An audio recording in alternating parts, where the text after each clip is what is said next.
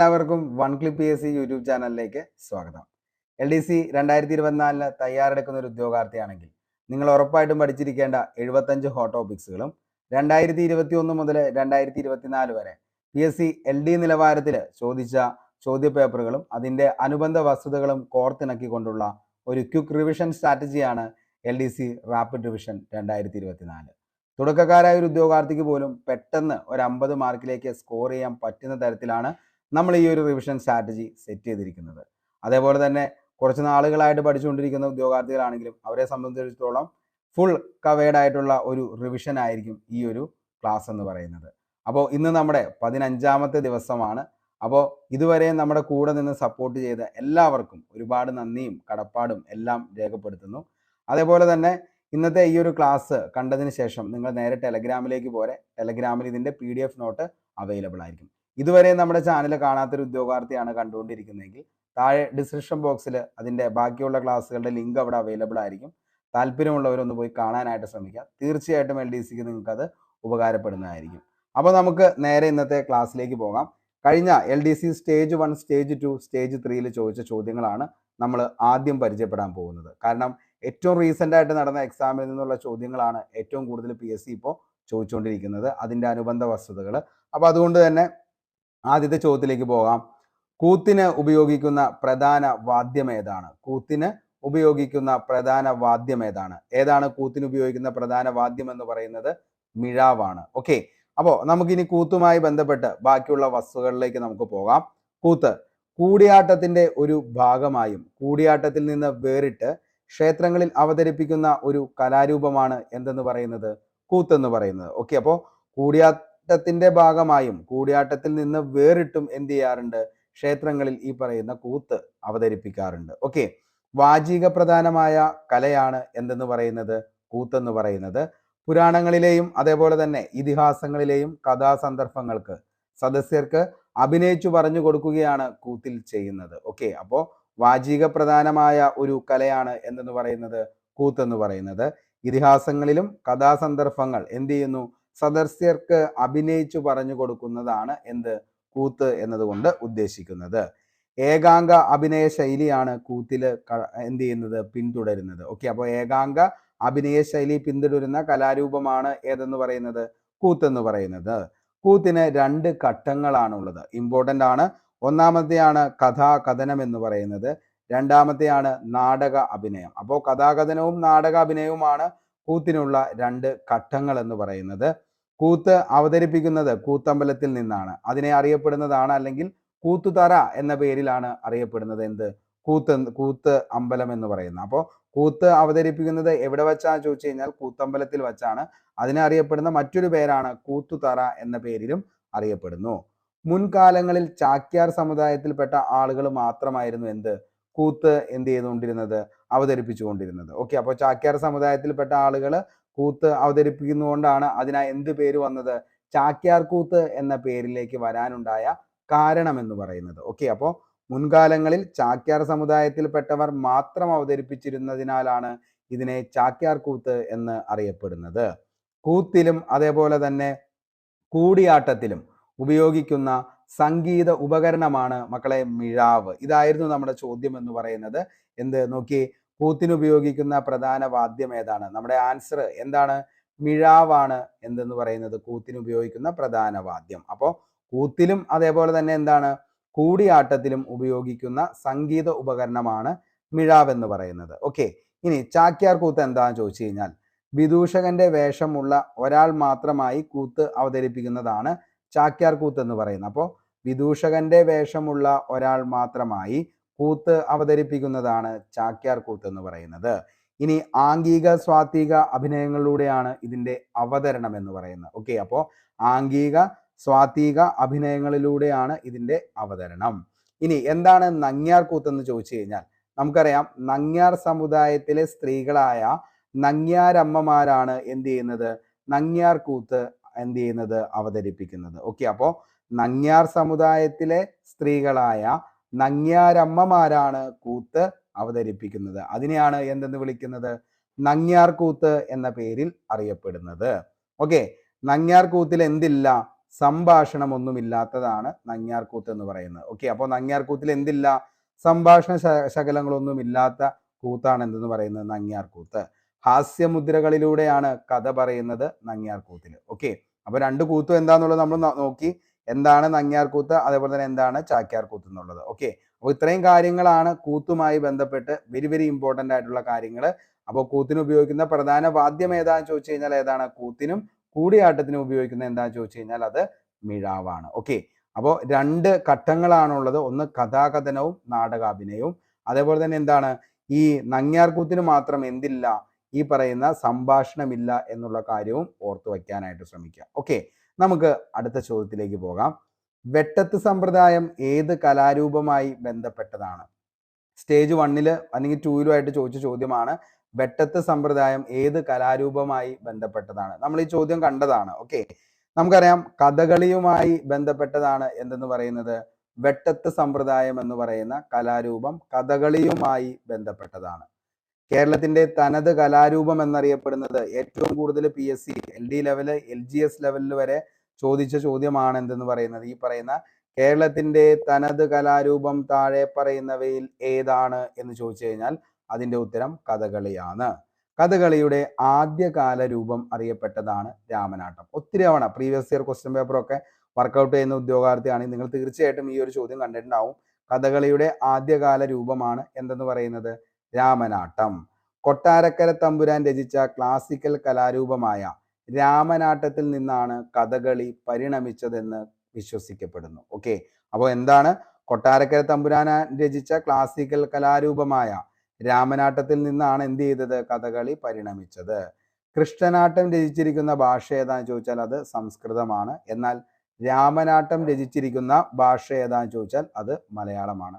Confusing ആണ്, എപ്പോഴും തെറ്റിപ്പോവും. അപ്പോൾ ഓർത്തു വെച്ചോ, കൃഷ്ണനാട്ടം രചിച്ചിരിക്കുന്ന ഭാഷ സംസ്കൃതമാണ്, രാമനാട്ടം രചിച്ചിരിക്കുന്ന ഭാഷ മലയാളമാണ്. ഓക്കെ, വെട്ടത്ത് സമ്പ്രദായം എന്ന് ആദ്യകാലത്ത് അറിയപ്പെട്ടിരുന്ന കലാരൂപം, നമ്മുടെ അടുത്ത് ചോദ്യം അതാണ്. വെട്ടത്ത് സമ്പ്രദായം എന്ന ആദ്യകാലത്ത് അറിയപ്പെട്ടിരുന്ന കലാരൂപമാണ് കഥകളി. കഥകളിയുടെ സാഹിത്യ രൂപമാണ് എന്തെന്ന് പറയുന്നത് ആട്ടക്കഥ. ഓക്കെ, അപ്പോ കഥകളിയുടെ സാഹിത്യ രൂപം എന്താന്ന് ചോദിച്ചാൽ മക്കളെ എന്താണ്? ആട്ടക്കഥ. കോട്ടയത്ത് തമ്പുരാൻ, ഉണ്ണായി വാര്യർ, ഇരയിമ്മൻ തമ്പി, അതേപോലെ തന്നെ എന്താണ് വയസ്സുകര മൂസ് തുടങ്ങിയവർ കഥകളിയിലും കഥകളിയുടെ സാഹിത്യ രൂപമായ ആട്ടക്കഥയിലെ പ്രധാന സംഭാവനകൾ നൽകിയ ആളുകളാണ് ഈ പറയുന്ന വ്യക്തികൾ എന്ന് പറയുന്നത്. അപ്പോൾ കോട്ടയത്ത് തമ്പുരാൻ, അതേപോലെ തന്നെ ഉണ്ണായി വാര്യർ, ഇരയിമ്മൻ തമ്പി, അതേപോലെ എന്താണ് വയസ്സുകര മൂസ്, ഇവരൊക്കെ എന്താണ് ആട്ടക്കഥയിലെ പ്രധാനപ്പെട്ട സംഭാവനകൾ നൽകിയ ആളുകളാണ്. അപ്പോൾ ഇമ്പോർട്ടൻ്റ് ആണ്. താഴെ പറയുന്നവയിൽ കഥകളി സാഹിത്യ രൂപവുമായി ബന്ധപ്പെടാത്തവരാരൊക്കെയാണ് അല്ലെങ്കിൽ ബന്ധപ്പെട്ടവരാരാണ് എന്ന് ചോദിക്കാം PSC. അപ്പൊ അങ്ങനെ ഒരു ചോദ്യം വരുമ്പോൾ നമുക്ക് അതിന്റെ ഉത്തരത്തിലേക്ക് എത്താനായിട്ട് പറ്റണം. ഓക്കെ, ഇനി കഥകളി സംഗീതത്തിന് ഉപയോഗിക്കുന്ന പ്രധാന വാദ്യോപകരണങ്ങൾ ഏതൊക്കെയാണെന്ന് ചോദിച്ചു കഴിഞ്ഞാൽ ഒന്നാമത്തെയാണ് ചെണ്ട, 2 മദ്ദളം, 3 ഇടയ്ക്ക, 4 ഇലത്താളം, 5 ചേങ്ങില. അപ്പോൾ ഈ 5 എണ്ണം ഓർത്തു വെച്ചോ. കഥകളി സംഗീതത്തിന് ഉപയോഗിക്കുന്ന പ്രധാന വാദ്യ ഉപകരണങ്ങളാണ് എന്തൊക്കെ എന്ന് പറയുന്നത് ചെണ്ട, മദ്ദളം, ഇടയ്ക്ക, ഇലത്താളം, ചേങ്ങില. ഇതാണ് കഥകളി സംഗീതത്തിന് ഉപയോഗിക്കുന്ന പ്രധാന വാദ്യോപകരണം. കഥകളിക്ക് ഉപയോഗിക്കുന്ന സംഗീതമാണ് ഏതെന്ന് പറയുന്നത് സോപാന സംഗീതം. ഒത്തിരി തവണ PSC ചോദിച്ചേക്കുന്ന ചോദ്യമാണ് ഈ പറയുന്ന കലയുമായി ബന്ധപ്പെട്ട്. അപ്പോൾ കഥകളിക്ക് ഉപയോഗിക്കുന്ന സംഗീതമാണ് സോപാന സംഗീതം.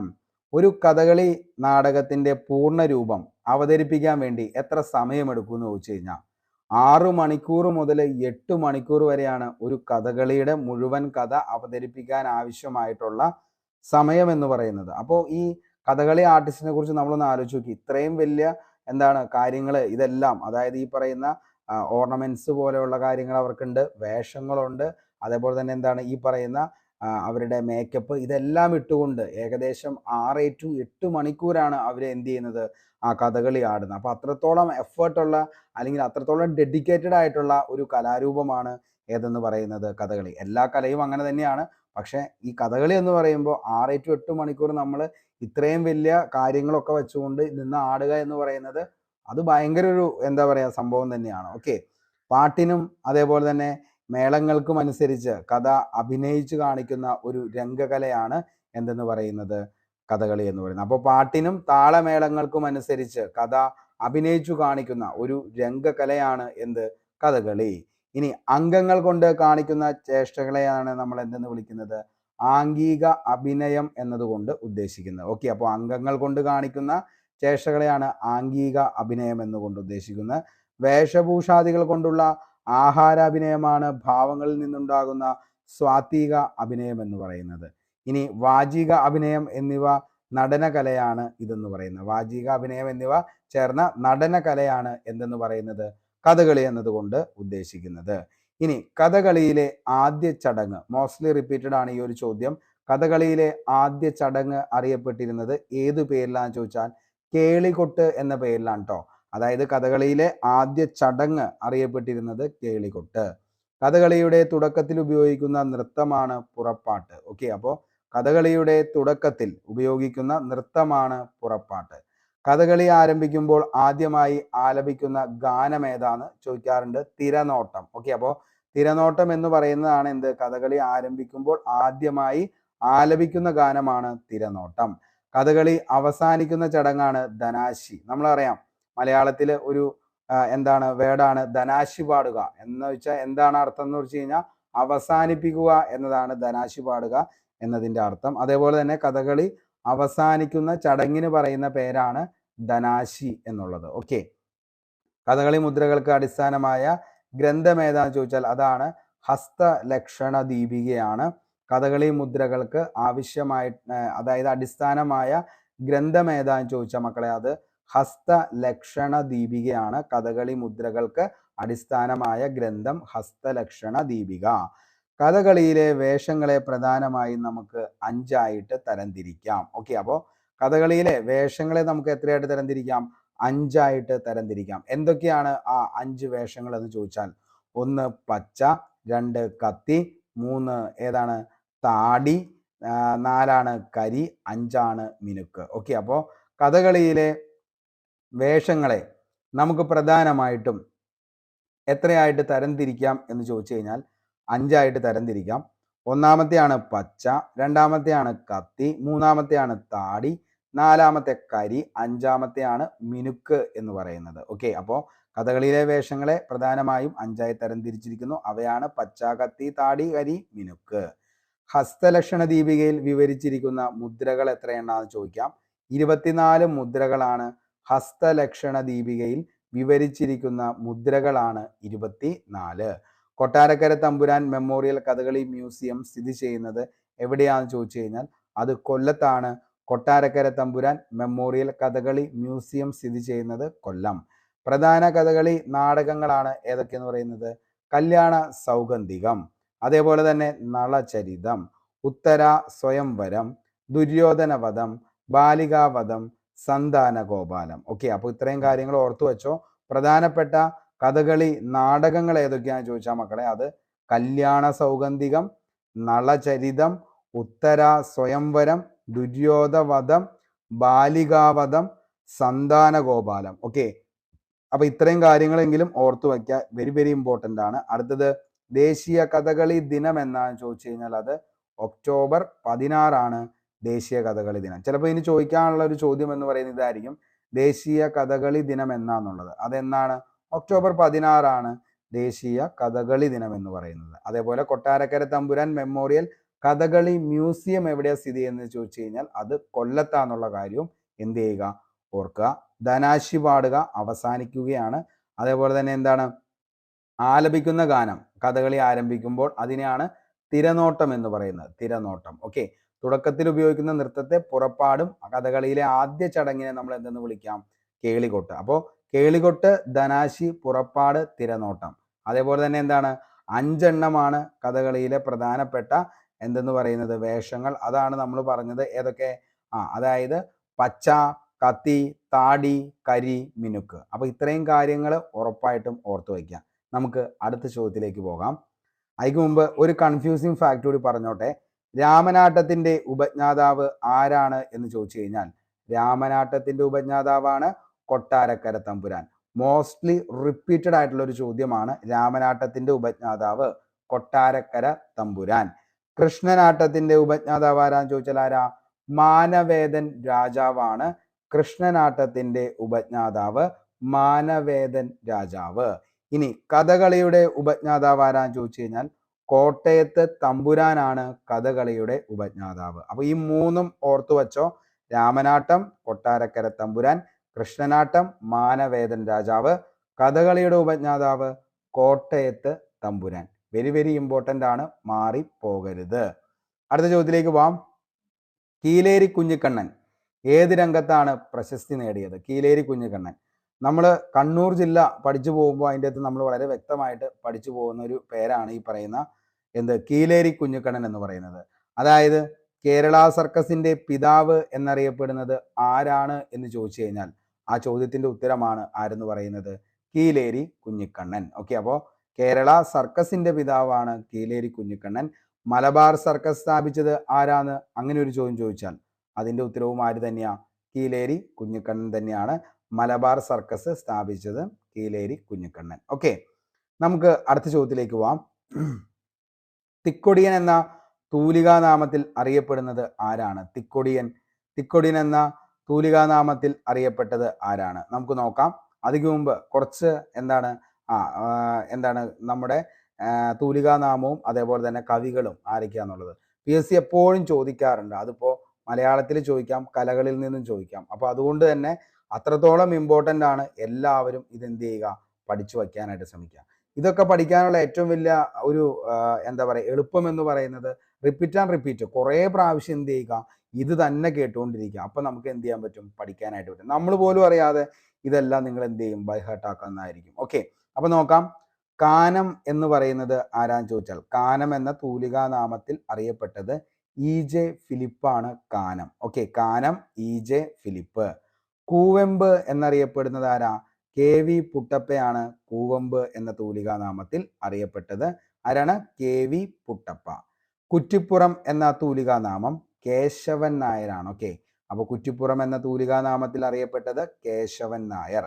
സിനിക്ക് എന്നറിയപ്പെട്ടത് MT വാസുദേവൻ നായരാണ്. സിനിക്ക് എന്ന തൂലികാനാമം. പാല എന്ന തൂലികാനാമം നാരായണൻ നായർ. പാല നാരായണൻ നായർ എന്ന് തന്നെ ഓർത്തു വച്ചാൽ മതി. സുമിത്ര എന്ന തൂലികാനാമം മങ്കൊമ്പ് ഗോപാലകൃഷ്ണനാണ്. സുമിത്ര എന്ന തൂലികാനാമത്തിൽ അറിയപ്പെട്ടത് മങ്കൊമ്പ് ഗോപാലകൃഷ്ണൻ.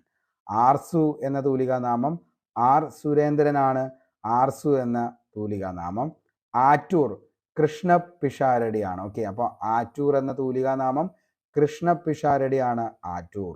കൽക്കി എന്ന തൂലികാനാമം R കൃഷ്ണമൂർത്തിയാണ്. കൽക്കി എന്ന തൂലികാനാമത്തിൽ അറിയപ്പെട്ടത് R കൃഷ്ണമൂർത്തി.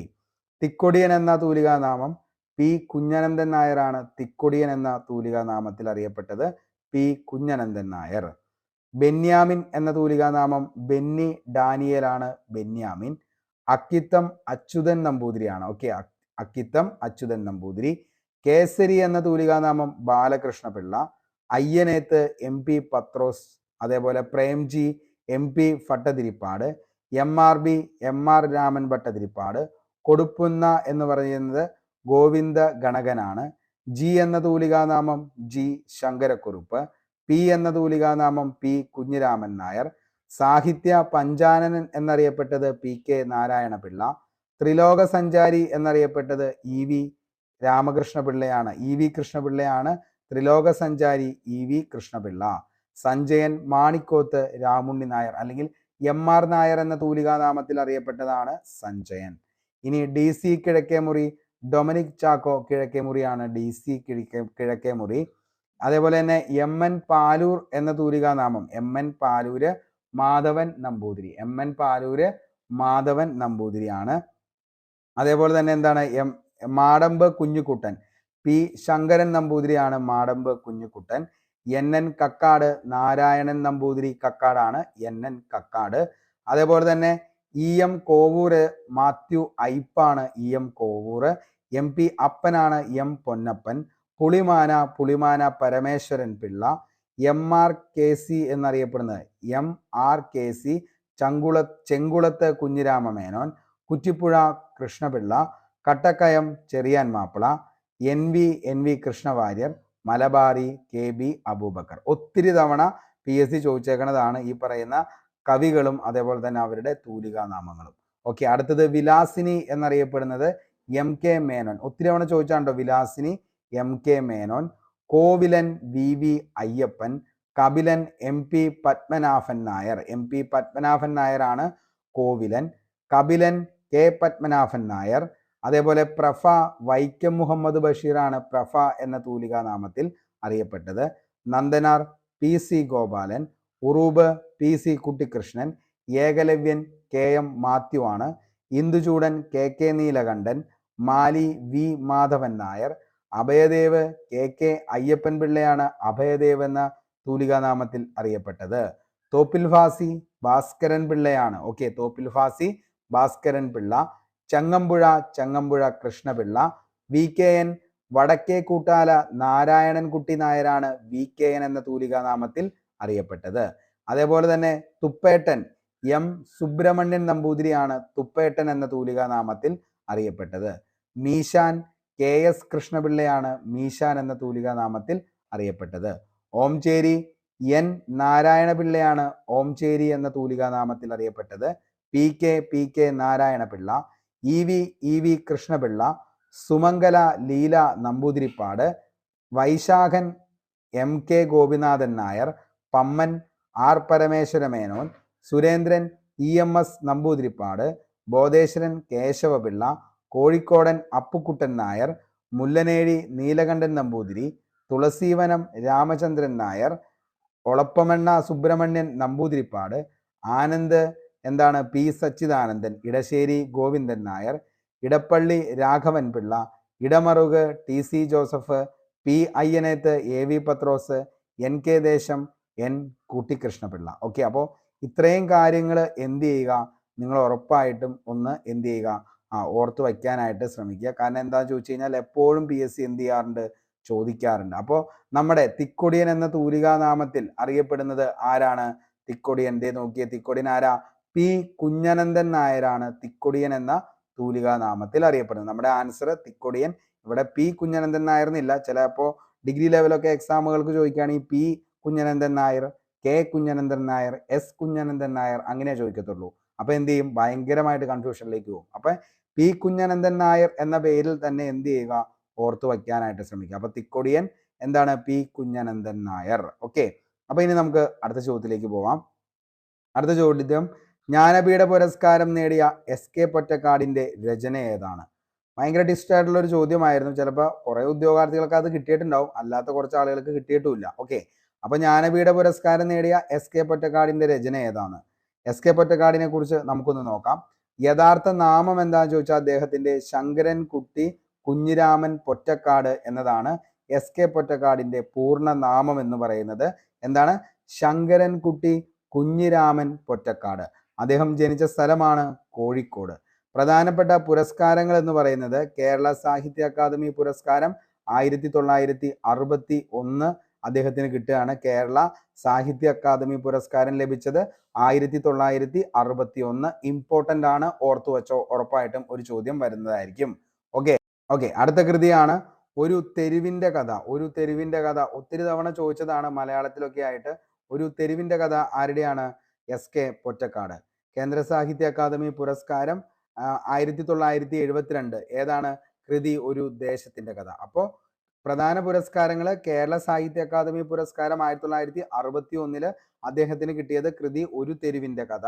ഇനി കേന്ദ്ര സാഹിത്യ അക്കാദമി പുരസ്കാരം 1972 കിട്ടിയതാണ് കൃതി ഒരു ദേശത്തിന്റെ കഥ എന്ന് പറയുന്നത്. അപ്പോൾ ഓർത്തു വെച്ചോ, ഇമ്പോർട്ടൻ്റ് ആണ്. ഓക്കെ, ഇനി കേരള സാഹിത്യ അക്കാദമി തുഞ്ചൻ സ്മാരക സ്മൃതി എന്നിവയുടെ നേതൃത്വത്തിൽ എന്തിരുന്നിട്ടുണ്ട്? അദ്ദേഹം ഇരുന്നിട്ടുണ്ട്. ഓക്കെ, അപ്പോൾ കേരള സാഹിത്യ അക്കാദമി അതേപോലെ തന്നെ എന്താണ് തുഞ്ചത്ത് എഴുത്തച്ഛൻ സ്മാരക സമിതി എന്നിവയുടെ നേതൃത്വ സ്ഥാനത്ത് ആരിരുന്നിട്ടുണ്ട്? SK പൊറ്റക്കാട് ഇരുന്നിട്ടുണ്ട്. പ്രധാന നോവലുകളാണ് അദ്ദേഹത്തിന്റെ ഒരു ദേശത്തിന്റെ കഥ, ഒരു തെരുവിന്റെ കഥ, വിഷകന്യക, നാടൻ പ്രേമം, മൂടുപടം. ഇതെല്ലാം അദ്ദേഹത്തിന്റെ പ്രധാനപ്പെട്ട നോവലുകളാണ്. ഓക്കെ, ഇമ്പോർട്ടൻ്റ് ആണ്, ഓർത്തു വെച്ചോ. പ്രധാനപ്പെട്ട നോവലുകളാണ് ഒരു ദേശത്തിന്റെ കഥ, ഒരു തെരുവിന്റെ കഥ, വിഷകന്യക, നാടൻ പ്രേമം, മൂടുപടം. ഇനി പ്രധാന കഥാസമാഹാരങ്ങളാണ് ഏതൊക്കെയെന്ന് പറയുന്നത്? ചന്ദ്രകാന്തം, രാജമല്ലി, പുള്ളിമാൻ, ജലതരംഗം, ഇന്ദ്രനീലം. ഇതൊക്കെയാണ് പ്രധാനപ്പെട്ട കഥാ സമാഹാരങ്ങൾ എന്ന് പറയുന്നത്. പ്രധാന കൃതികളാണ് ഏതൊക്കെ? കാപ്പിരികളുടെ നാട്ടില് സിംഹഭൂമി, യാത്രാസ്മരണകൾ, നൈൽ ഡയറി, പാതിരാ സൂര്യന്റെ നാട്ടിൽ, ബാലിദ്വീപ്, നേപ്പാളി യാത്ര, ലണ്ടൻ നോട്ട്ബുക്ക്, ഇന്തോനേഷ്യൻ ഡയറി. ഇതെല്ലാം ആരുടെയാണ്? ഈ പറയുന്ന ആരുടെയാണ്? നമ്മുടെ എസ്.കെ. പൊറ്റക്കാടിന്റെ കൃതികളാണ്. ഓക്കെ, ഇനി നമ്മുടെ ചോദ്യം എന്തായിരുന്നു? ജ്ഞാനപീഠ പുരസ്കാരം നേടിയ എസ്.കെ. പൊറ്റക്കാടിന്റെ രചന ഏതാണെന്നുള്ളത്. ഓക്കെ, ഇനി അദ്ദേഹത്തിന്റെ ജ്ഞാനപീഠ പുരസ്കാരം ലഭിച്ച മലയാളികൾ എന്നും പ്രിയപ്പെട്ടതാണ് ഏതൊക്കെയാണ്? 6 പേർക്കാണ് നിലവിലെ ജ്ഞാനപീഠ പുരസ്കാരം ലഭിച്ചത്. ജി ശങ്കരക്കുറുപ്പിന് ലഭിച്ചത് 1965-ലാണ്. എസ്.കെ. പൊറ്റക്കാട് ഒരു ദേശത്തിന്റെ കഥ എന്നായിരുന്നു?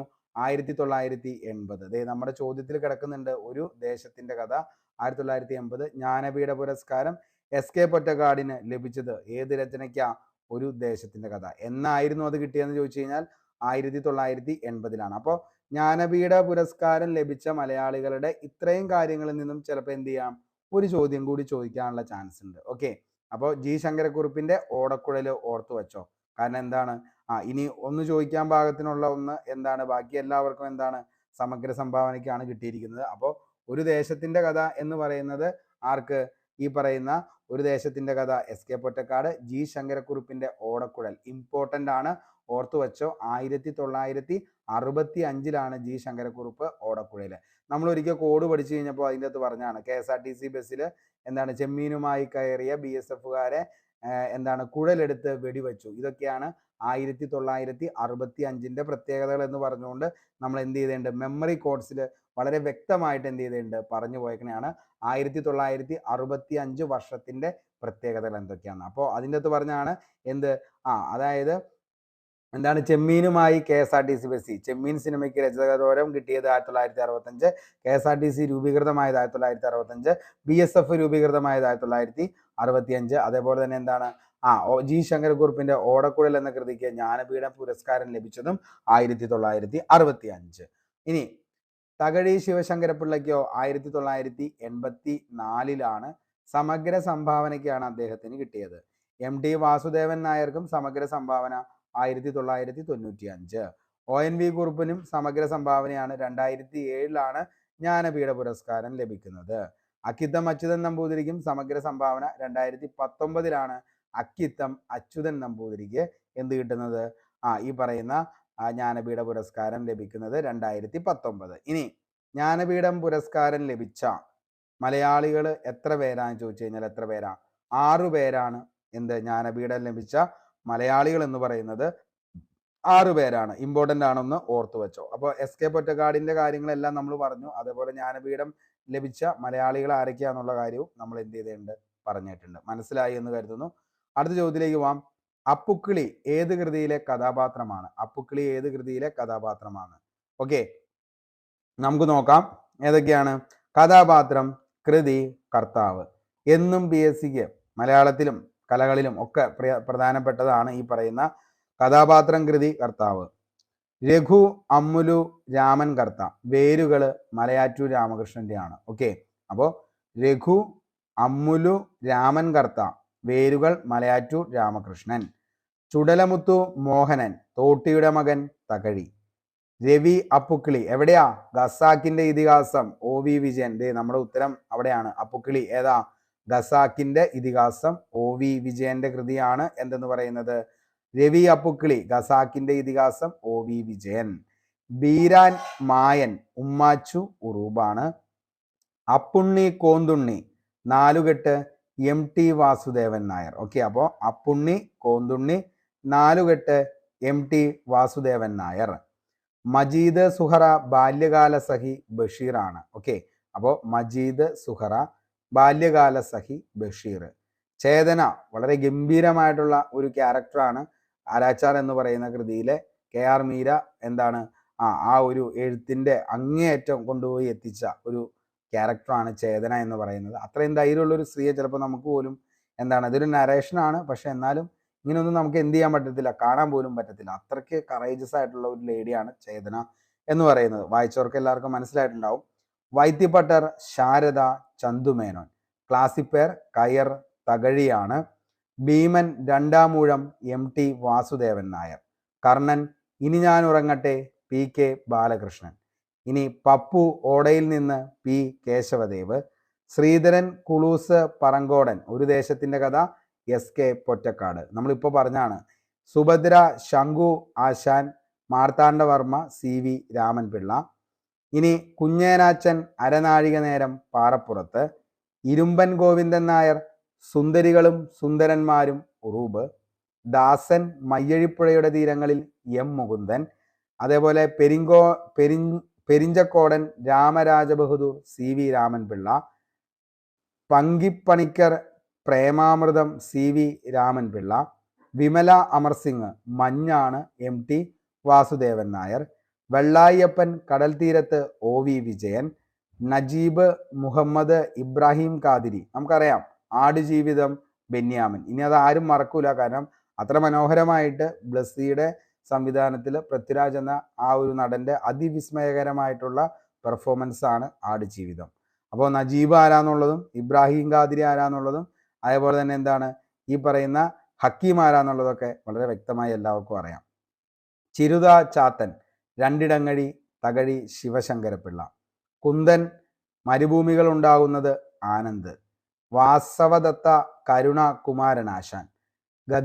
ഖദീജ സുന്ദരികളും സുന്ദരന്മാരും ഉറൂബ്. അതേപോലെ തന്നെ കോയ അറബിപ്പൊന്ന് MT വാസുദേവൻ നായർ NP മുഹമ്മദും ചേർന്ന് എഴുതിയതാണ് ഈ പറയുന്ന. ഒരു കാലത്ത് PSC ഭയങ്കര ട്വിസ്റ്റായിട്ട് ചോദിച്ച ചോദ്യമായിരുന്നു ഈ പറയുന്ന MT വാസുദേവൻ നായരും NP മുഹമ്മദും എഴുതിയ കൃതി താഴെ പറയുന്നവയിൽ ഏതാണ്? അതാണ് ഏത്? അറബിപ്പൊന്ന്. അറബിപ്പൊന്ന് ഇമ്പോർട്ടൻ്റ് ആണ്. നാരായണി ബഷീർ മതിലുകൾ ബഷീർ. ഭ്രാന്തൻ വേലായുധൻ ഇരുട്ടിൻ്റെ ആത്മാവ് MT വാസുദേവൻ നായർ. മണ്ടൻ മുത്താപ്പ മുച്ചീട്ടുകാരൻ്റെ മകൾ വൈക്കം മുഹമ്മദ് ബഷീർ. ഗോവിന്ദൻകുട്ടി അസുരവിത്ത് MT വാസുദേവൻ നായർ. സൂര്യനമ്പൂതിരിപ്പാട് പഞ്ചുമേനോൻ മാധവൻ. ഇന്ദുലേഖ ചന്തുമേനോൻ. ചന്ദ്രിക മദനൻ രമണൻ ചങ്ങമ്പുഴ. ഓക്കെ, ഇതെല്ലാം എന്താണ്? ഇമ്പോർട്ടൻ്റ് ആയിട്ടുള്ള കഥാപാത്രവും കൃതികളുമാണ്. ഇനി ഓമഞ്ചി ഒരു തെരുവിൻ്റെ കഥ SK പൊറ്റക്കാട്. ചെമ്പൻകുഞ്ഞ് കറുത്തമ്മ പളനി ചെമ്മീൻ തകഴി ശിവശങ്കരപ്പിള്ള. ഇനി എന്താണ്? കുഞ്ഞുപ്പാത്തുമ്മ എൻ്റെ അപ്പൂപ്പാക്ക് ഒരു ആന ഉണ്ടായിരുന്നു, അത് വൈക്കം മുഹമ്മദ് ബഷീറിൻ്റെ ആണ്. ഏത്? കുഞ്ഞുപ്പാത്തുമ്മ നിസാർ അഹമ്മദ്. എൻ്റെ ഉപ്പൂപ്പാക്ക് ഒരു ആനയുണ്ടായിരുന്നു, വൈക്കം മുഹമ്മദ് ബഷീർ. അബ്ദുൽ ഖാദർ പാത്തുമ്മ പാത്തുമ്മയുടെ ആട് വൈക്കം മുഹമ്മദ് ബഷീർ. ഇനി ചെല്ലപ്പൻ അനുഭവങ്ങൾ പാളിച്ചകൾ തകഴി ശിവശങ്കരപ്പിള്ള.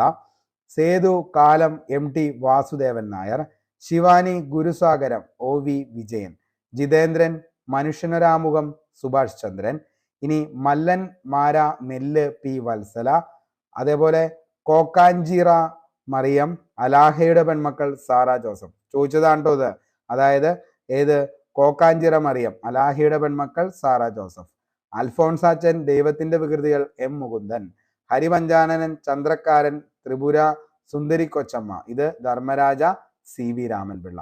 അപ്പൊ ഇത്രയും കൃതികൾ, അതായത് ഈ പറയുന്ന കൃതികളും അതേപോലെ തന്നെ കഥാപാത്രങ്ങളും ആരാണ് ഇവർക്ക് നിലവിൽ ജീവൻ കൊടുത്ത ആ ഒരു കവികൾ ആരാന്നുള്ളതും കഥാകൃത്തുക്കളും എന്ത് ചെയ്യുക സെറ്റായിട്ടൊന്ന് പഠിച്ചിട്ട് 1, 2, 3 പ്രാവശ്യം കേട്ടാൽ മതി. അല്ലെങ്കിൽ ഒന്ന് വായിച്ചു കഴിഞ്ഞാൽ നമുക്കത് സെറ്റാവും. ഓക്കെ, അടുത്തൊരു ചോദ്യത്തിലേക്ക് പോകാം. സ്പോർട്സുമായി ബന്ധപ്പെട്ട് കേരളം ആദ്യമായി സന്തോഷ് ട്രോഫി ഫുട്ബോൾ കിരീടം നേടിയ വർഷം ഏതാണ്?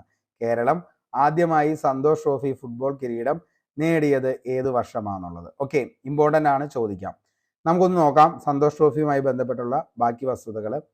2022-23 സന്തോഷ് ട്രോഫി, 2022-23 76ാമത് സന്തോഷ് ട്രോഫി ജേതാക്കൾ ആരാണ് എന്ന് ചോദിച്ചു കഴിഞ്ഞാൽ മക്കളെ അതിൻ്റെ ഉത്തരം കർണാടകയാണ്. ഓക്കെ, അപ്പോൾ 2022-23 ഓക്കെ, അപ്പോൾ 2022-23 76ാമത്തെ സന്തോഷ് ട്രോഫി ആണ് നിലവിൽ നടന്നത്. അതിൻ്റെ ആരാണ് ജേതാക്കൾ എന്ന് ചോദിച്ചാൽ അത് കർണാടകയാണ്. ചരിത്രത്തിൽ ആദ്യമായി ഫൈനലിൽ എത്തിയത് ആരാന്ന് ചോദിച്ചു കഴിഞ്ഞാൽ അത് മേഘാലയാണ്. 3-2 തോൽപ്പിച്ചാണ് കർണാടക എന്തായത്? ചാമ്പ്യന്മാരായത്. അപ്പോൾ ചരിത്രത്തിൽ ആദ്യമായിട്ട് വന്നതായിരുന്നു മേഘാലയ. ആ മേഘാലയെ തോൽപ്പിച്ചാണ് കർണാടക വീണ്ടും എന്ത് ചെയ്തത്? അടുത്തൊരു ട്രോഫിക്ക് മുത്തമിട്ടത്. അങ്ങനെ 5ാമത്തെ തവണയാണ് കർണാടക സന്തോഷ് ട്രോഫി കിരീടം അണിയുന്നത്. ഓക്കെ, അപ്പോൾ എന്താണ് 2022-23 76ാമത് സന്തോഷ് ട്രോഫിയുടെ ജേതാക്കൾ കർണാടകയാണ്. കർണാടകയുടെ 5ാമത്തെ സന്തോഷ് ട്രോഫി കിരീടമാണ് വരുന്നത്. ആരെയാണ് ഡിഫീറ്റ് ചെയ്തെന്ന് ചോദിച്ചു കഴിഞ്ഞാൽ മേഘാലയയാണ്. മേഘാലയെ തോൽപ്പിച്ചാണ് കർണാടക വീണ്ടും 5ാം തവണ എന്ത് ചെയ്തത് സന്തോഷ് ട്രോഫി മുത്തമിടുന്നത്. ടൂർണമെന്റിന്റെ മികച്ച താരമായി തെരഞ്ഞെടുത്തത് റോബിൻ യാദവിനെയാണ്. റോബിൻ യാദവ്. ഓക്കെ, ഇനി 2021-22 75ാമത് സന്തോഷ് ട്രോഫി ജേതാക്കൾ ആരാന്ന് ചോദിച്ചാൽ അത് നമുക്ക് അഭിമാനിക്കാം, കേരളമാണ്. ഓക്കെ, അപ്പോൾ 2021-22 75ാമത് സന്തോഷ് ട്രോഫി ജേതാക്കൾ അതാരാന്ന് ചോദിച്ചാൽ അത് കേരളമാണ്. ഫൈനലിൽ ബംഗാളിനെ പെനാൽറ്റി ഷൂട്ടൗട്ടിലാണ് കേരളം തോൽപ്പിച്ചത്. ഓക്കെ, അപ്പോൾ 2021-22 75ാമത് സന്തോഷ് ട്രോഫി ജേതാവ് കേരളം. ഫൈനലിൽ ബംഗാളിനെ പെനാൽറ്റി ഷൂട്ടൗട്ടിൽ കേരളം തോൽപ്പിച്ചു. 7ാം തവണയാണ് സന്തോഷ് ട്രോഫി മുത്തമിടുന്നത് കേരളം. ഓക്കെ, അപ്പോൾ 7ാമത്തെ പ്രാവശ്യമാണ് എന്ത് ചെയ്യുന്നത് ഈ പറയുന്ന സന്തോഷ് ട്രോഫിയിൽ മുത്തമിടുന്നത് ആര്? കേരളം എന്ന് പറയുന്നത്. അപ്പോൾ 1973, 74, 91, 92, 92, 93, 2001, 2002, 2004, 2005, 2017, 2018 എന്നീ വർഷങ്ങളിലാണ് കേരളം ഇതിനു മുമ്പ് കിരീടം ചൂടുന്നത്. അപ്പൊ അങ്ങനെയാണെങ്കിൽ നോക്കിയേ, എന്നാണ് ആദ്യമായിട്ട് നോക്കിയേ, എന്നാണ് 1973. ഓക്കെ, 75ാമത് സന്തോഷ് ട്രോഫിക്ക് വേദിയായ സ്ഥലം ഏതാണെന്ന് ചോദിച്ചാൽ മക്കളെ അത് ഏതാണ്? മലപ്പുറമാണ്. ഓക്കെ, അപ്പോൾ 75ാമത് സന്തോഷ് ട്രോഫിക്ക് വേദിയായത് എവിടെയാണ് എന്ന് ചോദിച്ചു കഴിഞ്ഞാൽ അതിന്റെ ഉത്തരം എവിടെയാണ്? അത് മലപ്പുറത്താണ്. ഓക്കെ, നമുക്ക് അടുത്ത ചോദ്യത്തിലേക്ക് പോകാം. ഇരയമ്മൻ തമ്പിയുടെ ആട്ടക്കഥകളിൽ ഉൾപ്പെടാത്തത് ഏതാണ്? ഓക്കെ, അപ്പോൾ ഇരയമ്മൻ തമ്പിയുടെ ആട്ടക്കഥകളിൽ ഉൾപ്പെടാത്തത് ഏതാണ്? നമുക്ക് ഇരയമ്മൻ തമ്പിയുമായി ബന്ധപ്പെട്ട ബാക്കിയുള്ള ഫാക്റ്റുകളൊന്നും നോക്കാം. ഇരയമ്മൻ തമ്പി സംഗീത പാരമ്പര്യത്തെ മികവുറ്റതാക്കിയ ഒരു സംഗീത പ്രതിഭ ആരാന്ന് ചോദിച്ചു കഴിഞ്ഞാൽ അത് ആരാണ്? ഇരയിമ്മൻ തമ്പിയാണ്. 1972 ഒക്ടോബർ 12 മുതൽ 1856 ജൂലൈ വരെയാണ് അദ്ദേഹത്തിന്റെ കാലഘട്ടം എന്ന് പറയുന്നത്. അപ്പോൾ ഇരയമ്മൻ തമ്പിയുടെ കാലഘട്ടം എന്ന് പറയുന്നത് 1782 ഒക്ടോബർ 12 മുതൽ 1856 ജൂലൈ വരെയാണ് അദ്ദേഹത്തിന്റെ കാലഘട്ടം എന്ന് പറയുന്നത്. അതായത് സ്വാതി തിരുനാളിന്റെ ഗുരുവായും അദ്ദേഹത്തിന്റെ സദസ്സിലെ അംഗമായും ശോഭിച്ചിരുന്നത് ആരാന്ന് ചോദിച്ചാൽ അത് ഇരയിമ്മൻ തമ്പിയാണ്. തിരുവിതാംകൂറിലെ 6 ഭരണാധികാരികളെ സേവിക്കാൻ അധികാരം കിട്ടിയ ആളായിരുന്നു ആരെന്ന് പറയുന്നത് ഇരയിമ്മൻ തമ്പി. കരുണ ചെയ്യാനെന്തു താമസം എന്ന പ്രസിദ്ധ കൃതി രചിച്ചത് ആരാന്ന് ചോദിച്ചാൽ അതാണ് ആര്? ഇരയിമ്മൻ തമ്പി. ഏറ്റവും കൂടുതൽ ചോദിച്ചേക്കണ ഒരു കൃതിയും അതേപോലെ തന്നെ നമ്മളെ ഏറ്റവും കൂടുതൽ സുപരിചിതമായിട്ടുള്ളതുമാണ് ഈ പറയുന്ന കരുണ ചെയ്യാനെന്തു താമസം എന്ന് പറയുന്ന ആ ഒരു കൃതി. അതാരാണ് രചിച്ചതെന്ന് ചോദിച്ചു കഴിഞ്ഞാൽ ഇരയിമ്മൻ തമ്പിയാണ്. നമുക്കറിയാം സംഗീത പാരമ്പര്യത്തെ അത്രത്തോളം മികവുറ്റതാക്കിയ ഒരാളായിരുന്നു ആരെന്ന് പറയുന്നത് ഇരയിമ്മൻ തമ്പി. അദ്ദേഹത്തിന്റെ ജീവിതരേഖ ചേർത്തലയിലെ വാരനടുത്തുള്ള നടുവിലെ കോവിലകത്ത് കേരളവർമ്മ തമ്പാന്റെയും പുതുമന അമ്മ വീട് രാജകുടുംബത്തിലെ പാർവതിപ്പിള്ള തങ്കച്ചിയുടെയും പുത്രനായി ഇരയിമ്മൻ തമ്പി 1782 തിരുവനന്തപുരത്ത് ജനിച്ചു. ഓക്കെ, അന്നത്തെ രാജാവായിരുന്ന കാർത്തിക തിരുനാൾ രാമവർമ്മയുടെ സഹോദരനായിരുന്ന മകേരം തിരുനാൾ രാമവർമ്മയുടെ മകളായിരുന്നു പാർവതി പിള്ള തങ്കച്ചി. കാർത്തിക തിരുനാളാണ് രവിവർമ്മയ്ക്ക് ഇരയിമ്മൻ തമ്പി എന്ന ഓമന പേരിട്ടത്. ഓക്കെ, അദ്ദേഹത്തിന്റെ ആട്ടക്കഥകൾ ഏതൊക്കെയാണെന്ന് ചോദിച്ചു കഴിഞ്ഞാൽ ഏതൊക്കെയാണ്?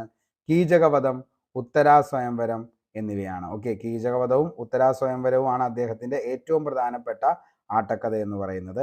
അത് എന്നാണ് രചിച്ചതെന്ന് ചോദിച്ചാൽ അതാണ് ഏറ്റവും വലിയൊരു സംഭവം. 20ാമത്തെ വയസ്സിലാണ് അദ്ദേഹം എന്ത് ചെയ്തത്?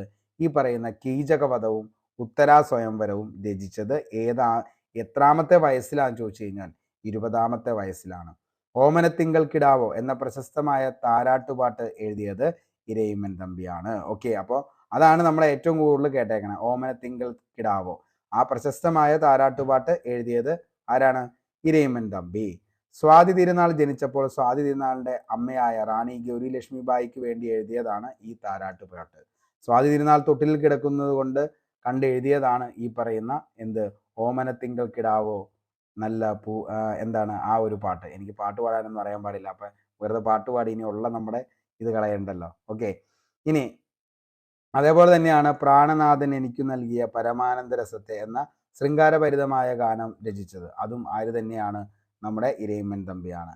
നാരായണീയം ആദ്യമായി അച്ചടിച്ചതും അദ്ദേഹം തന്നെയാണ്. അദ്ദേഹം 74 വയസ്സ് വരെ ആയിരുന്നു അദ്ദേഹത്തിന്റെ ജീവിത കാലഘട്ടം എന്ന് പറയുന്നത്. അപ്പോൾ 74 വയസ്സ് വരെ ജീവിച്ച ആ മഹാപ്രതിഭയായിരുന്നു ഇരയിമ്മൻ തമ്പി. കീർത്തനങ്ങൾ ഓമനത്തിങ്കൾ കിടാവോ, അതേപോലെ തന്നെ എന്താണ് ശ്രീ മന്ദപുരത്ത് വാഴും, കരുണ ചെയ്യുവാനെന്തു താമസം, അതേപോലെ തന്നെ അടിമലരണിഞ്ഞ തന്നെ കൃഷ്ണ, പാർത്ഥസാരഥെ, പാഹിമാഗിരിതനയെ പരദേവത നിൻപ ഭജനാം. ഓക്കെ, ഇതൊക്കെയായിരുന്നു അദ്ദേഹത്തിന്റെ ഏറ്റവും പ്രധാനപ്പെട്ട എന്തെന്ന് പറയുന്നത് ഈ പറയുന്ന ഏറ്റവും പ്രധാനപ്പെട്ട അദ്ദേഹത്തിന്റെ കീർത്തനങ്ങൾ എന്ന് പറയുന്നത്. ഓക്കെ, ഏതു രസവും സാഹിത്യവുമായി സംഗമിപ്പിച്ച് സംഗീതത്തിന്റെ മാധുര്യം പകരാൻ ഇരയിമ്മൻ തമ്പിക്കുള്ള പ്രത്യേക കഴിവ് അദ്ദേഹത്തിന്റെ ഏതു രചനയിലും നമുക്ക് കാണാനായിട്ട് പറ്റും.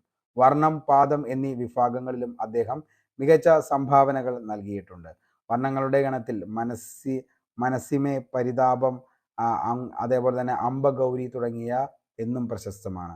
അദ്ദേഹത്തിന്റെ പ്രധാനപ്പെട്ട ആട്ടകഥകളാണ് കീചകവധം, ഉത്തരാസ്വയംവരം, ദക്ഷയാഗം. ഓക്കെ, അപ്പോൾ ഇതിൻ്റെ അകത്ത് നോക്കിയേ ഏതാ ഇല്ലാത്ത എന്നുള്ളത്.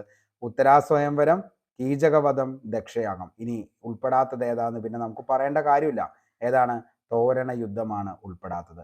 ഇത്രേ ഉള്ളൂ നമുക്ക് എന്തുമായി ബന്ധപ്പെട്ട് നമ്മുടെ ഇരയിമ്മൻ തമ്പിയുമായി ബന്ധപ്പെട്ട് അദ്ദേഹത്തിന്റെ മറ്റു രചനകൾ ചോദിച്ചാൽ സുഭദ്രാപഹരണം, അതേപോലെ തന്നെ കൈകൊട്ടി കളിപ്പാട്ട്, മുറജപാന, നവരാത്രി പ്രബന്ധം, രാസക്രീഡ, രാജസേവാക്രമം, മണിപ്രവാളം, അതേപോലെ തന്നെ വസിഷ്ഠം കിളിപ്പാട്ട്. അപ്പോൾ ഇത്രയും കാര്യങ്ങളാണ് നമുക്ക് കേരള ആർട്സ്, ലിറ്ററേച്ചർ, സ്പോർട്സുമായി ബന്ധപ്പെട്ട് കഴിഞ്ഞ എക്സാമുകളിൽ, അതായത് സ്റ്റേജ് 1, സ്റ്റേജ് 2, സ്റ്റേജ് 3 ഇതിൻ്റെ അത് ചോദിച്ച ഏറ്റവും ഇമ്പോർട്ടൻ്റ് ആയിട്ടുള്ള ചോദ്യങ്ങളും അതിൻ്റെ അനുബന്ധ വസ്തുതകളും ഓൾറെഡി നമ്മൾ എന്ത് ചെയ്തിട്ടുണ്ട്. ഈ പറയുന്ന ആർട്ട്, ലിറ്ററേച്ചർ, അതേപോലെ തന്നെ എന്താണ് സ്പോർട്സുമായി ബന്ധപ്പെട്ട ക്ലാസ് ഓൾറെഡി നമ്മൾ കംപ്ലീറ്റ് ചെയ്തേക്കുന്നതാണ്. ഒരു പാർട്ട് 1 PYQ സീരീസിൽ നമ്മൾ കിടക്കുന്നുണ്ട്. ആവശ്യമുള്ളവർ എന്ത് ചെയ്യുക, ബാക്കിയുള്ള ഒരു കുറച്ചുകൂടിയും എന്താണ് കാര്യങ്ങൾ വേണമെന്നുണ്ടെങ്കിൽ അത് ഒന്നുകൂടി പോയി എന്ത് ചെയ്യുക, കാണാനായിട്ട് ശ്രമിക്കുക. അപ്പോൾ ഇത്രയും കാര്യങ്ങളൊക്കെ ഉള്ളൂ. അപ്പോൾ ക്ലാസ് കണ്ടതിന് ശേഷം വീണ്ടും പോയി എന്ത് ചെയ്യുക, നോട്ടൊന്ന് വായിക്കാനായിട്ട് ശ്രമിക്കുക. അതിനുശേഷം നേരെ എന്ത് ചെയ്യുക, കൃത്യം 9 മണിയുടെ നമ്മുടെ ക്വസ്റ്റ്യൻ ബോർഡിലും അറ്റൻഡ് ചെയ്യാനായിട്ട് ശ്രമിക്കുക. അപ്പോൾ ഇത്രയും കാര്യങ്ങളൊക്കെയാണ് പറയാനുള്ളൂ. എല്ലാവർക്കും നല്ലത് മാത്രം വരട്ടെ എന്ന് ആത്മാർത്ഥമായി സർവേശ്വരനോട് പ്രാർത്ഥിച്ച് നിർത്തുന്നു. നന്ദി. Signing off, Arun Kombanadan. Thank you.